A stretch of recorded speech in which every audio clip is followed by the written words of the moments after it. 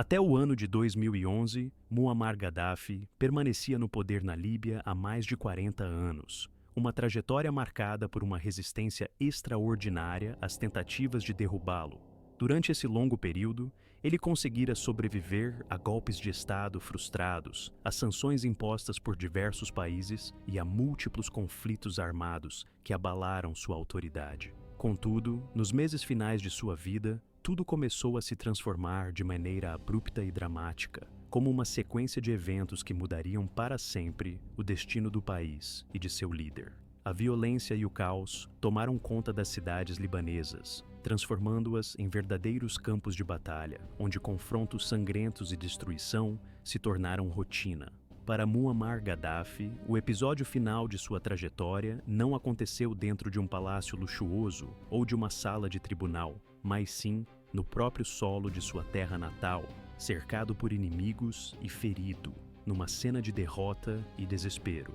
Muammar Muhammad Abu Minyar al-Gaddafi nasceu em 1942, numa pequena tenda no deserto próximo à cidade de Sirte, uma região remota e árida da Líbia. Sua origem era humilde, proveniente de uma família beduína, que vivia de forma simples e com poucos recursos.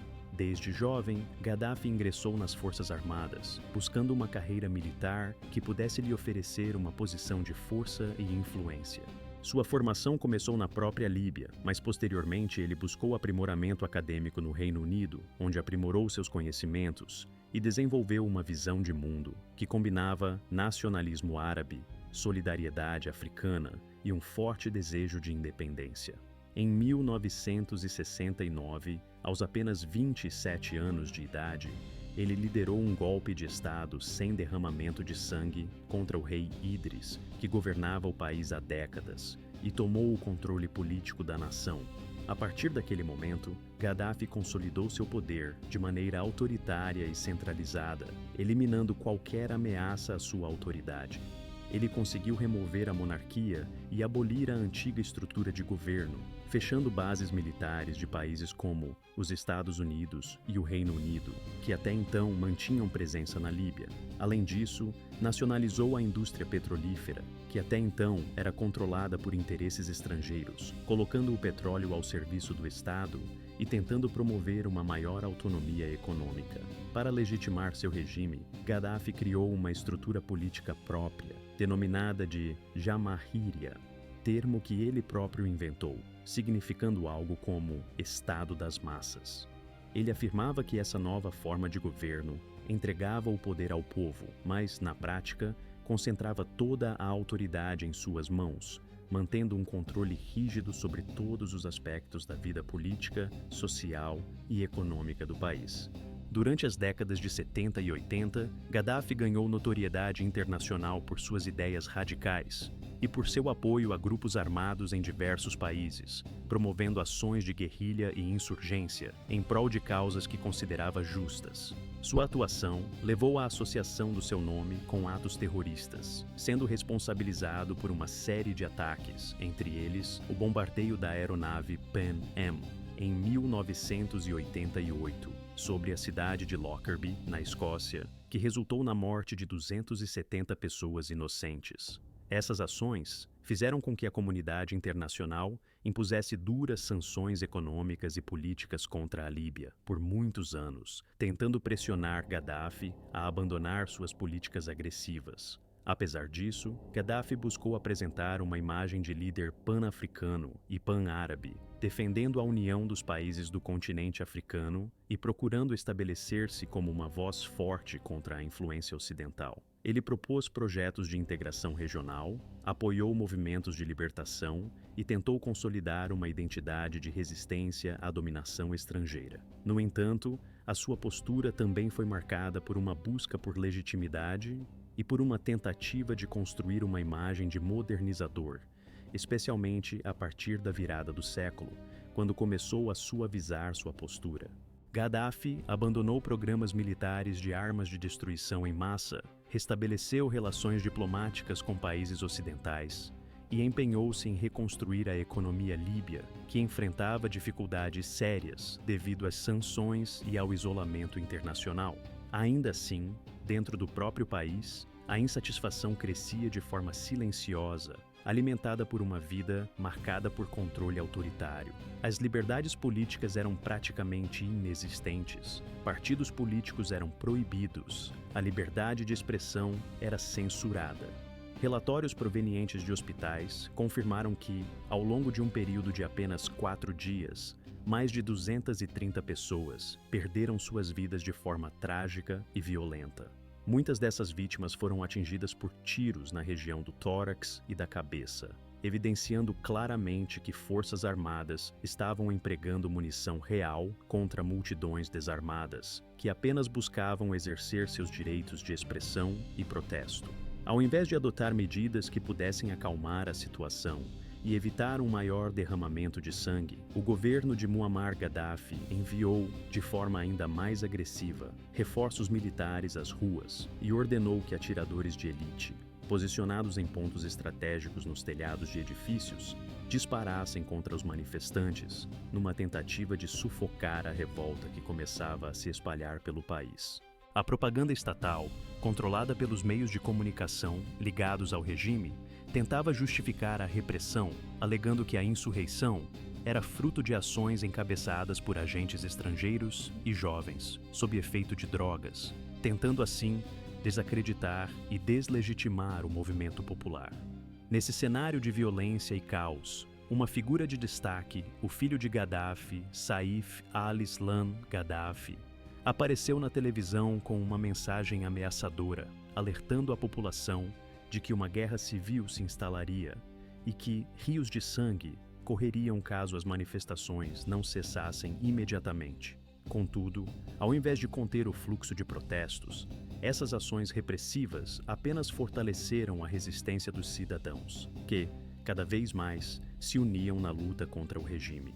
Com o passar dos dias, até o final de fevereiro, unidades militares essenciais começaram a abandonar o comando de Gaddafi, passando a integrar o lado dos rebeldes. Em Benghazi, uma das cidades mais importantes do leste do país, setores do exército se recusaram a disparar contra civis desarmados.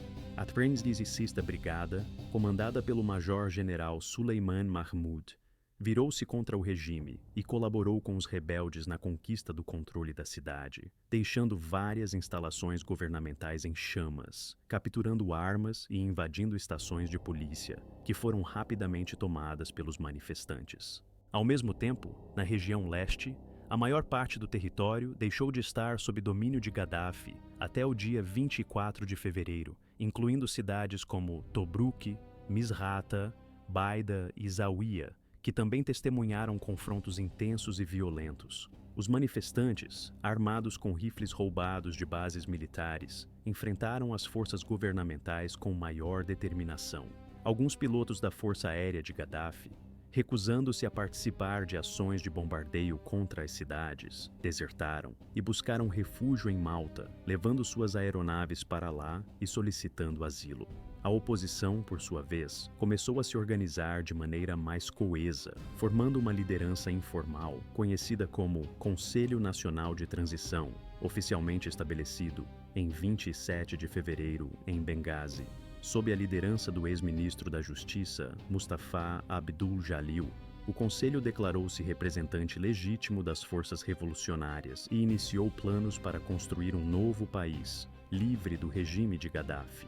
Enquanto isso, o ditador mantinha o controle da cidade de Trípoli e de áreas próximas no oeste do país, apoiado por unidades de elite, como a Brigada Qamis, comandada por seu filho Qamis Gaddafi, que possuía acesso a tanques e artilharia pesada. Para tentar sufocar a revolta, o regime também contratou mercenários estrangeiros provenientes de países como Chad, Mali e Níger, que atuavam na repressão às manifestações populares.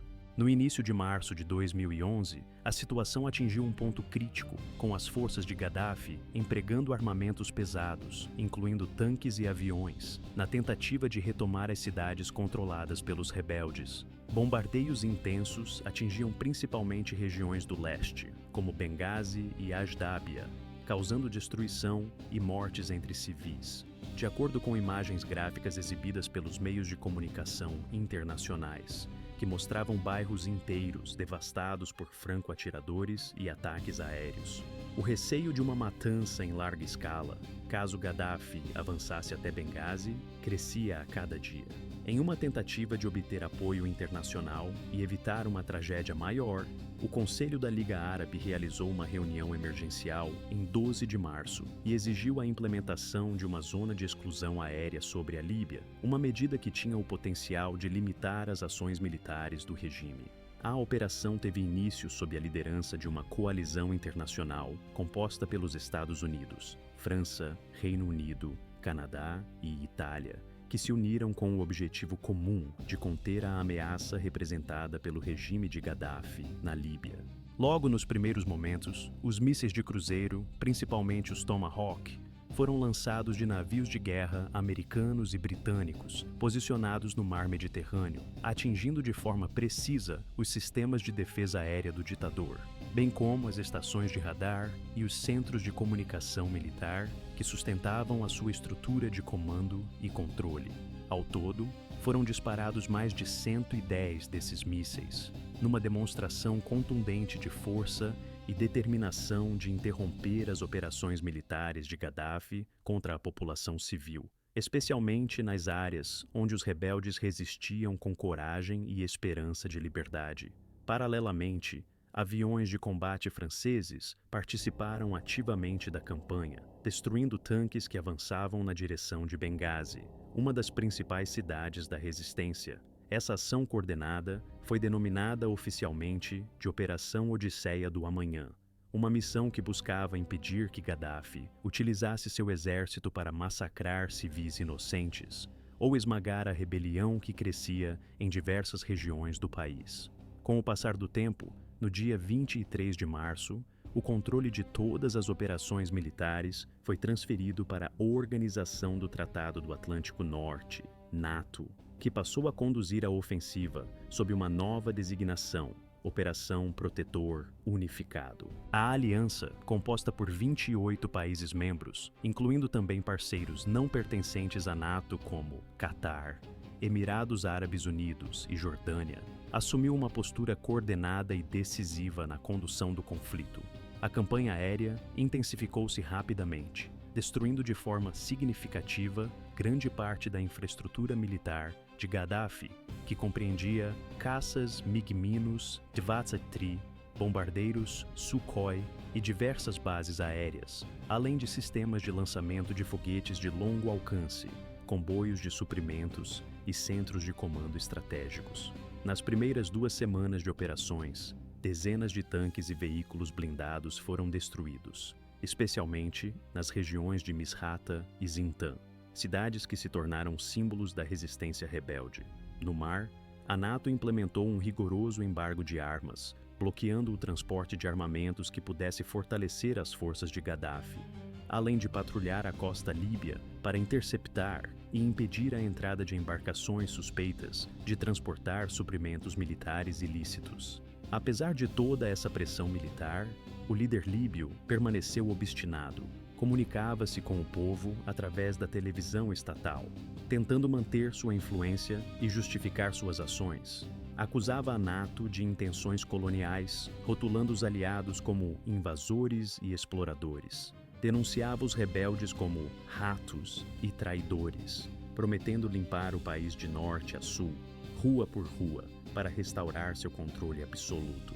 Ainda, lançava acusações de que potências estrangeiras estariam roubando o petróleo líbio e interferindo de maneira indevida nos assuntos internos do país. Como defesa, tentou usar mísseis Surface-to-Air de origem russa para abater os aviões da coalizão, mas essas tentativas fracassaram, não impedindo o avanço das forças aéreas. Por volta da metade do ano de 2011, a situação no terreno começou a se transformar a favor dos rebeldes. Com a NATO intensificando seus ataques, as rotas de suprimento, depósitos de armas e centros de comando de Gaddafi, suas forças militares foram se tornando cada vez mais dispersas e desgastadas. Grupos de rebeldes provenientes das montanhas do oeste, do fronte de Misrata e do leste do país começaram a cercar a capital de diferentes pontos, formando um cerco cada vez mais apertado. No dia 20 de agosto daquele ano, os insurgentes lançaram a última grande ofensiva contra Trípoli, batizada de Operação Amanhecer da Sereia.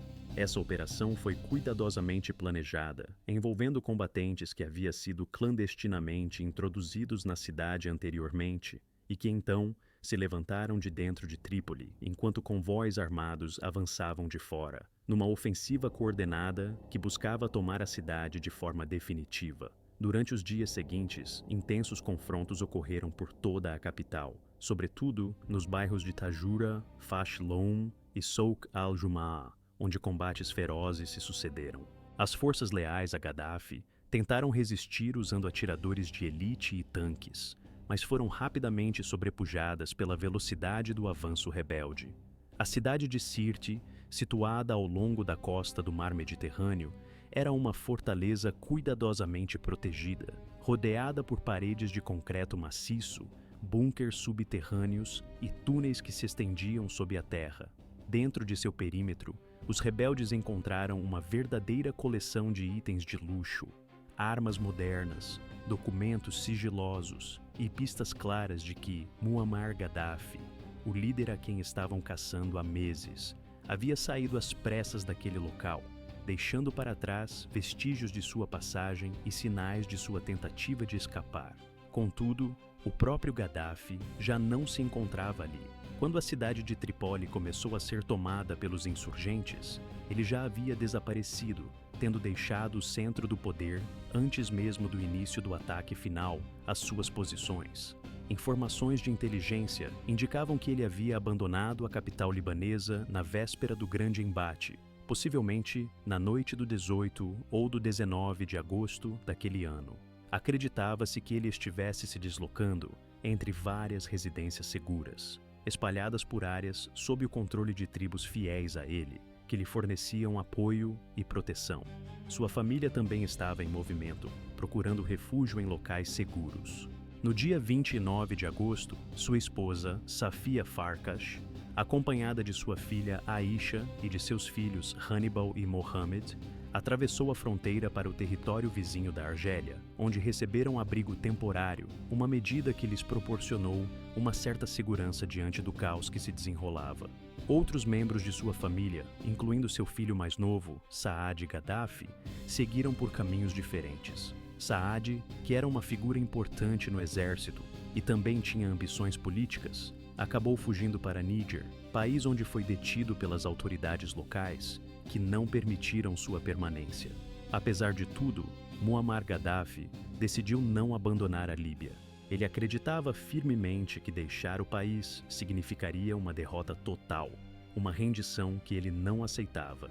Assim, optou por esconder-se em áreas ainda sob o controle de tribos leais, principalmente ao redor de sua cidade natal, Sirte, que tinha um significado muito especial para ele. Situada aproximadamente a 450 quilômetros de Trípoli e a aproximadamente 570 quilômetros de Benghazi, Sirte não era apenas sua cidade de origem. Ela tinha sido uma obra de sua própria mão, transformada em uma espécie de fortaleza moderna durante seus anos de poder. Lá, ele construiu edifícios contemporâneos, avenidas largas, instalações governamentais e até hospedou cúpulas da União Africana, chegando a sugerir que Sirte deveria ser a capital de uma União dos Estados Africanos. Em meados de setembro de 2011, Gaddafi chegou a Sirte, acompanhado por um grupo reduzido de fiéis. A maioria deles eram seus assistentes próximos, guardas pessoais e combatentes da tribo Qadadfa, de forte influência na região. Entre eles estavam também dois de seus filhos mais próximos, Mutassim Gaddafi, um comandante militar de destaque, e Saif al-Islam Gaddafi, considerado seu herdeiro político. Estes indivíduos estavam se deslocando de esconderijo em esconderijo, tentando resistir ao cerco crescente. Com a cidade de Trípoli perdida, Sirte tornou-se o último bastião de resistência de Gaddafi. Ele ficou completamente isolado do restante do país, com comunicações limitadas e recursos cada vez mais escassos. A sua determinação era inabalável. Ele não tinha intenção de abandonar a Líbia, nem de se render às forças rebeldes. Contudo, a situação se agravou rapidamente. Até a segunda semana de setembro, forças do Conselho Nacional de Transição, agora reconhecido por vários países como o governo legítimo da Líbia, cercaram a cidade com uma força de milhares de combatentes de diferentes brigadas. Unidades vindas de Misrata, Benghazi e Zintan aproximaram-se pelo leste e pelo oeste, com o objetivo de capturar Gaddafi e tomar o controle total do território. Os rebeldes esperavam uma batalha rápida e decisiva, mas descobriram que Sirte era uma fortaleza difícil de conquistar. Os combatentes leais ao regime, incluindo atiradores de elite e unidades de artilharia, haviam se estabelecido em posições defensivas por toda a cidade. Estes utilizavam edifícios civis, como casas, escolas e hospitais, como pontos de defesa, transformando-os em fortalezas improvisadas. As ruas estavam minadas e armadas com dispositivos explosivos artesanais, colocados ao longo das principais vias para dificultar o avanço das tropas. Nos momentos finais do conflito, a situação dentro de Sirte tornou-se cada vez mais desesperadora e caótica. Civis que tentaram fugir da cidade encontraram dificuldades imensas, muitos deles ficando presos no interior das áreas urbanas, incapazes de escapar devido ao colapso acelerado da infraestrutura local. As ruas, antes movimentadas, transformaram-se em um cenário de destruição, com edifícios danificados e pontes desmoronando sob o peso da guerra. A estrutura de transporte, abastecimento e comunicação começou a ruir, tornando a vida praticamente insustentável para quem ainda permanecia na cidade. No interior de Sirte, Muammar Gaddafi, junto de seu grupo de seguidores mais fiéis, movia-se constantemente entre casas abandonadas, que serviam de esconderijos precários, e bunkers subterrâneos, cavados às pressas, para evitar serem detectados pelos inimigos. Ele já não comandava uma estrutura de comando clara e organizada, como nos dias de maior controle, mas ainda tentava manter a resistência, dando ordens e tentando coordenar as ações de seus aliados, com o pouco de esperança que ainda lhe restava.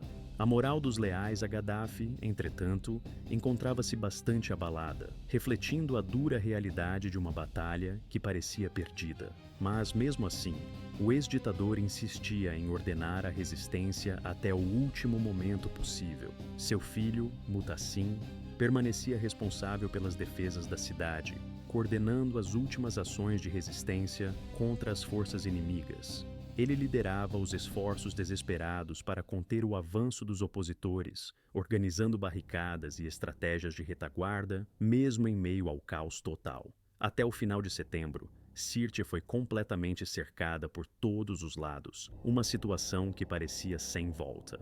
As forças do Conselho Nacional de Transição, ou NTC, controlavam os arredores, avançando lentamente, bloqueio por bloqueio, na tentativa de tomar toda a área urbana. Cada rua e cada quarteirão tornaram-se zonas de confronto intenso, com tiroteios de atiradores de elite e batalhas de rua que dificultavam o progresso das tropas. O avanço era lento e perigoso, com ambos os lados sofrendo baixas consideráveis. Centenas de combatentes de ambos os lados perderam a vida nesse conflito sangrento.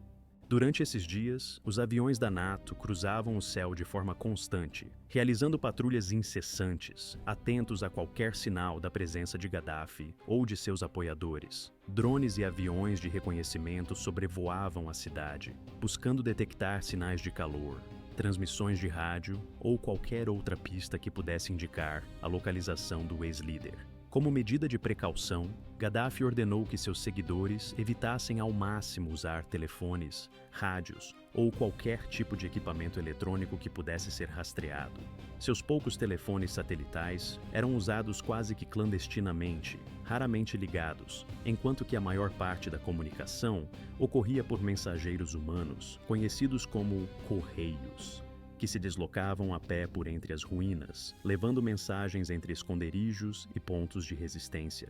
A cidade tinha suas fontes de energia e água cortadas, deixando a população e os combatentes dependentes de suprimentos de emergência. Restavam-lhes alimentos enlatados, provisões secas e o que pudesse ser coletado de lojas danificadas ou trazido por civis leais à causa de Gaddafi. As condições de saúde eram precárias, uma vez que não havia suprimentos médicos adequados, Feridos eram tratados com ferramentas rudimentares e antibióticos eram escassos ou inexistentes. A fome, a sede e as doenças começaram a afetar intensamente os combatentes e civis que ainda permaneciam na cidade. As condições de vida tornaram-se extremamente difíceis, agravando ainda mais o sofrimento de todos. No meio de toda essa adversidade, cerca de 200 de homens permaneciam fiéis a Gaddafi. A maioria deles era composta por membros de sua própria tribo, oriundos de Sirte ou de cidades próximas, que permaneceram ao seu lado até o último momento, protegendo-o com rigor. Esses homens formavam uma espécie de pequeno cinturão de segurança ao redor de Gaddafi, formando uma espécie de convoio humano sempre que ele se deslocava, garantindo que ele estivesse cercado por seus mais leais seguidores. Entre eles, destacava-se Abu Bakr Yunis Jabr, que havia sido por muitos anos o ministro da Defesa na Líbia e que permanecia ao lado do ex-ditador, como um dos seus conselheiros mais próximos. Esses homens eram, de fato, os últimos integrantes de seu círculo íntimo, os que ainda tinham contato direto com Gaddafi naqueles dias finais. Relatos de testemunhas e informações posteriores confirmaram que a cada rota de fuga parecia irremediavelmente bloqueada pelas forças rebeldes que controlavam a cidade. As vias de saída estavam constantemente sob vigilância rigorosa, com olhos atentos a qualquer movimento suspeito. Convois que tentavam abandonar a região eram frequentemente interceptados por ataques surpresa ou simplesmente obrigados a recuar diante da ameaça constante de emboscadas. Sem uma rota segura ou um refúgio protegido, as forças de Gaddafi, que ainda resistiam na cidade de Sirte, passaram a agir com uma crescente sensação de desespero. Essa situação os levou a adotar estratégias cada vez mais arriscadas, incluindo o fato de começarem a dormir em turnos alternados, de modo a manter uma vigilância contínua e evitar surpresas durante as noites. Enquanto alguns combatentes permaneciam de guarda, atentos a qualquer sinal de ataque, outros conseguiam descansar por breves períodos. Para dificultar a detecção por drones e evitar que suas posições fossem localizadas, eles usavam sacos de areia e destroços de edifícios para disfarçar entradas, além de esconder veículos entre os obstáculos urbanos e sob a cobertura de árvores. Contudo, apesar de seus esforços, a movimentação permanecia bastante limitada, uma vez que o constante bombardeio aéreo e terrestre tornava qualquer deslocamento uma operação extremamente perigosa e difícil de realizar. A vida diária na cidade, sob esses ataques incessantes, tornava-se cada vez mais insuportável, com a esperança se esvaindo a cada dia que passava. Já na metade de outubro, tornou-se evidente que Gaddafi não conseguiria manter a resistência por muito mais tempo em Sirte.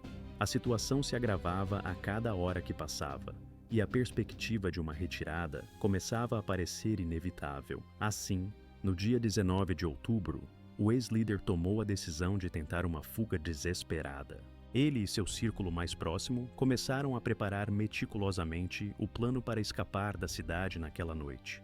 O objetivo era formar um grande comboio de veículos, mais de 50 ao todo, que incluía principalmente caminhonetes e SUVs, veículos robustos e adaptados para a fuga. Muitos desses veículos estavam equipados com metralhadoras montadas ou armas antiaéreas, reforçando a intenção de enfrentar qualquer resistência ou possível ataque durante o percurso. Alguns veículos carregavam armas e munições extras, preparados para uma possível batalha, enquanto outros eram destinados a transportar os guardas pessoais de Gaddafi, além de membros de sua equipe de segurança e alguns familiares próximos. Entre os integrantes do comboio estavam figuras de destaque do antigo regime, como Mutassim Gaddafi, Abu Bakr Yunis Jabr, Mansur Dao, chefe de segurança de Gaddafi, e diversos oficiais militares de alta patente. A presença de alguns familiares também foi registrada, embora em menor quantidade. O plano de fuga apresentava um alto grau de risco, pois dependia de uma execução precisa para evitar a detecção por parte das forças rebeldes e da inteligência internacional, que monitorava a cidade de perto. Para aumentar as chances de sucesso, o comboio pretendia partir sob o manto da noite, aproveitando a escuridão para se esconder melhor entre os edifícios e sob a sombra das árvores, minimizando sua visibilidade tanto de tropas terrestres quanto de aeronaves inimigas. Por volta das 8 horas da noite, eles começaram a movimentar-se de uma localização secreta que permanecia desconhecida para o público e para os inimigos, na esperança de escapar de forma silenciosa e rápida. Os veículos seguiram em silêncio, sem os faróis acesos, tentando permanecer ocultos na sombra da noite, confiando na escuridão para protegê-los das câmeras e dos olhos de satélites e drones. A estratégia era alcançar as áreas periféricas de Sirte, onde poderiam então seguir por uma rota desértica em direção ao sudoeste, rumo ao Wadi Zamzam. De lá, planejavam avançar até Saba, uma importante cidade situada na região desértica, de onde tentariam cruzar a fronteira para países vizinhos, como Níger ou Argélia, buscando refúgio e segurança longe do controle de seus inimigos. No entanto, eles não tinham conhecimento de que, semanas antes, drones de vigilância da Organização do Tratado do Atlântico Norte, NATO, estavam monitorando a cidade de Sirte de forma contínua e minuciosa. Agências de inteligência americanas e francesas tinham detectado movimentos incomuns na região, sinais de que Gaddafi poderia tentar uma fuga, o que aumentava ainda mais a tensão.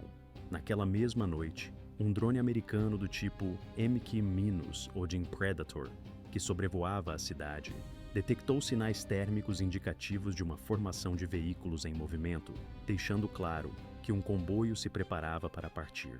Já na madrugada do dia 20, de numerosas unidades de combatentes leais a Muammar Gaddafi perderam suas vidas instantaneamente, caindo ao chão sem esperança de recuperação diante do intenso fogo das forças rebeldes. Muitos dos que conseguiram sobreviver ao ataque decidiram fazer uma fuga desesperada, saltando para fora dos veículos ou saindo correndo na direção de construções inacabadas próximas, terrenos baldios abertos e até mesmo de um grande tubo de drenagem de concreto que atravessava a estrada. Entre eles estavam Gaddafi, seu filho Mutassim, e o influente Mansur Dao, além de alguns outros seguidores mais próximos que conseguiram escapar das bombas e dos tiros a pé, apesar das feridas e do cansaço extremo. Todos eles, cobertos de poeira, sangue e fragmentos de debris, conseguiram se esconder no interior de um tubo de drenagem de formato arredondado, localizado logo ao lado da via principal, escondido por arbustos, detritos e a própria vegetação que crescia às margens da estrada. O tubo tinha aproximadamente 4 pés de diâmetro, uma medida suficiente para que um homem pudesse rastejar por dentro dele, buscando refúgio na escuridão e na esperança de evitar serem encontrados pelos seus perseguidores. Dentro daquele esconderijo improvisado, o grupo permaneceu em silêncio absoluto, na esperança de que o silêncio e a furtividade pudessem garantir sua sobrevivência por mais algum tempo, enquanto escutavam os ruídos do mundo exterior, cada som carregado de tensão e ansiedade. Naquele momento, as forças rebeldes de Misrata, que há dias vinham seguindo o rastro do comboio de Gaddafi, já haviam avançado até a área do conflito. Essas tropas rebeldes, armadas com rifles, granadas e armas de fogo leves, tinham uma determinação firme de capturar ou eliminar o ex-líder líbio e chegaram logo após o ataque aéreo que destruíra parte da sua comitiva. Os combatentes rebeldes começaram a realizar uma busca meticulosa por toda a região, examinando veículos danificados, edificações próximas e a vasta área ao redor. Não demorou para que eles notassem manchas de sangue e pegadas humanas na terra, sinais evidentes de que alguém tinha passado por ali recentemente. Alguns soldados seguiram as pegadas, que levavam até um estreito acesso ao interior do tubo de drenagem. Com cautela, eles lançaram uma granada na entrada, esperando que algum guarda ou combatente estivesse escondido lá dentro, pronto para reagir. Após a explosão, aproximaram-se com atenção, atentos a qualquer movimento ou som estranho. Foi nesse momento que perceberam a figura de Gaddafi, agachado na escuridão do interior do tubo, visível apenas por alguns segundos. Ele vestia calças marrons, uma camisa manchada de sangue, além de um colete à prova de balas, que parecia ter sido rasgado ou danificado pelos estilhaços do ataque. Seus cabelos estavam embaraçados e sujos, enquanto seu rosto, marcado por ferimentos, estava coberto de sangue e poeira, evidências das batalhas e dos ferimentos sofridos durante o bombardeio. Os soldados puxaram-no para fora do tubo, expondo-o à luz do sol, onde ele cambaleou, quase incapaz de manter-se de pé, devido às múltiplas feridas e ao estado de exaustão. Mutassim Gaddafi, também ferido, conseguira manter-se de pé por pouco tempo antes de ser capturado pelos rebeldes, assim como Mansur Dao, que, apesar de gravemente ferido, foi preso logo após. Alguns outros seguidores tentaram fugir desesperadamente, mas foram rapidamente abatidos ou capturados no local pelos combatentes rebeldes. Mansur Dao, entre os capturados, confirmou posteriormente que o grupo tentava escapar rumo a Saba quando foram atingidos pelo bombardeio. Os rebeldes arrastaram Gaddafi para uma estrada próxima, onde o colocaram sentado numa posição vulnerável, no interior de uma picape que aguardava para levá-lo até um local mais seguro ou de maior controle. A notícia de sua captura se espalhou rapidamente por transmissões de rádio e telefonemas, fazendo com que uma multidão se reunisse de forma quase que instantânea na área. Quando a caminhonete começou a se mover lentamente pelas ruas estreitas, as pessoas presentes passaram a agredi-lo com pedaços de madeira, socos, coronhadas de armas e até mesmo puxões de cabelo e roupas. Numa mistura de raiva, vergonha e desejo de justiça, muitos gritaram insultos, dirigindo palavras duras que remetiam aos anos de ditadura, tortura, bombardeios e sofrimento que os líbios suportaram sob o seu governo. Alguns combatentes mais ousados chegaram a subir na traseira. Algumas pessoas afirmam que Muammar Gaddafi foi atingido por um tiro durante uma luta dentro do caminhão, enquanto outros acreditam que um combatente pode ter puxado o gatilho de forma intencional, com um propósito específico. O que é importante destacar é que, até o momento em que o caminhão deixou os arredores de Sirte e se aproximou de um posto de controle sob controle do Conselho Nacional de Transição, Gaddafi já havia falecido.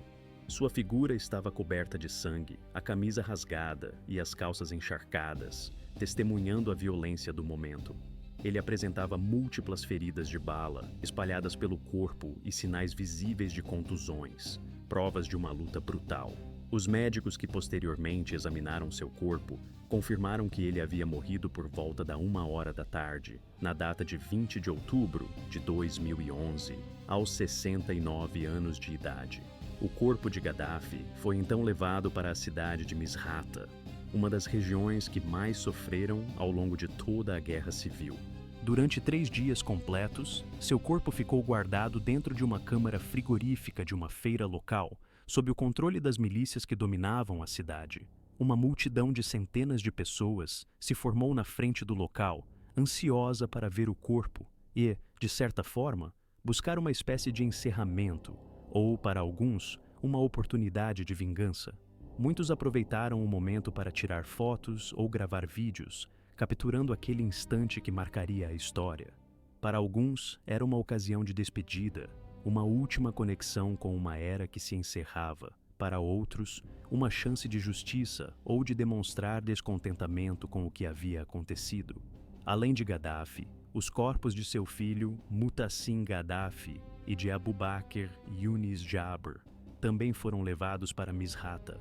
Ambos tinham morrido pouco após serem capturados. Mutassim por um tiro na região do pescoço e do peito, e Jabr devido aos ferimentos sofridos durante um ataque ao comboio em que estavam. No dia 23 de outubro, apenas 3 dias após a morte de Gaddafi, o Conselho Nacional de Transição declarou oficialmente o fim da guerra civil que assolara o país por mais de 8 meses, uma luta que resultou na perda de mais de 30 mil vidas. Assim, a Líbia passava a estar sob uma nova liderança, marcando a transição de um período de conflito violento para uma nova fase de esperança e incerteza. Quando as exibições públicas do corpo chegaram ao fim, uma questão urgente se colocou: onde exatamente seria o local de seu sepultamento? Durante a noite de 25 de outubro do ano de 2011, Gaddafi foi enterrado em um local remoto no deserto, numa região situada na parte oeste da Líbia. Desde então, o local exato de seu sepultamento permanece desconhecido do grande público, envolto em sigilo e silêncio, como uma última tentativa de esconder o desfecho de uma trajetória marcada por controvérsias e conflitos. A morte de Gaddafi foi marcada por uma violência extrema, refletindo de certa forma o tipo de regime que ele havia mantido por anos a fio. Um governo autoritário, marcado por repressões, conflitos internos e uma forte personalidade que dominava o país. Mesmo após sua morte, muitas perguntas permanecem sem resposta. Quem foi realmente quem deu o último tiro? Por que ele não foi levado a julgamento, como muitos acreditavam ser seu direito?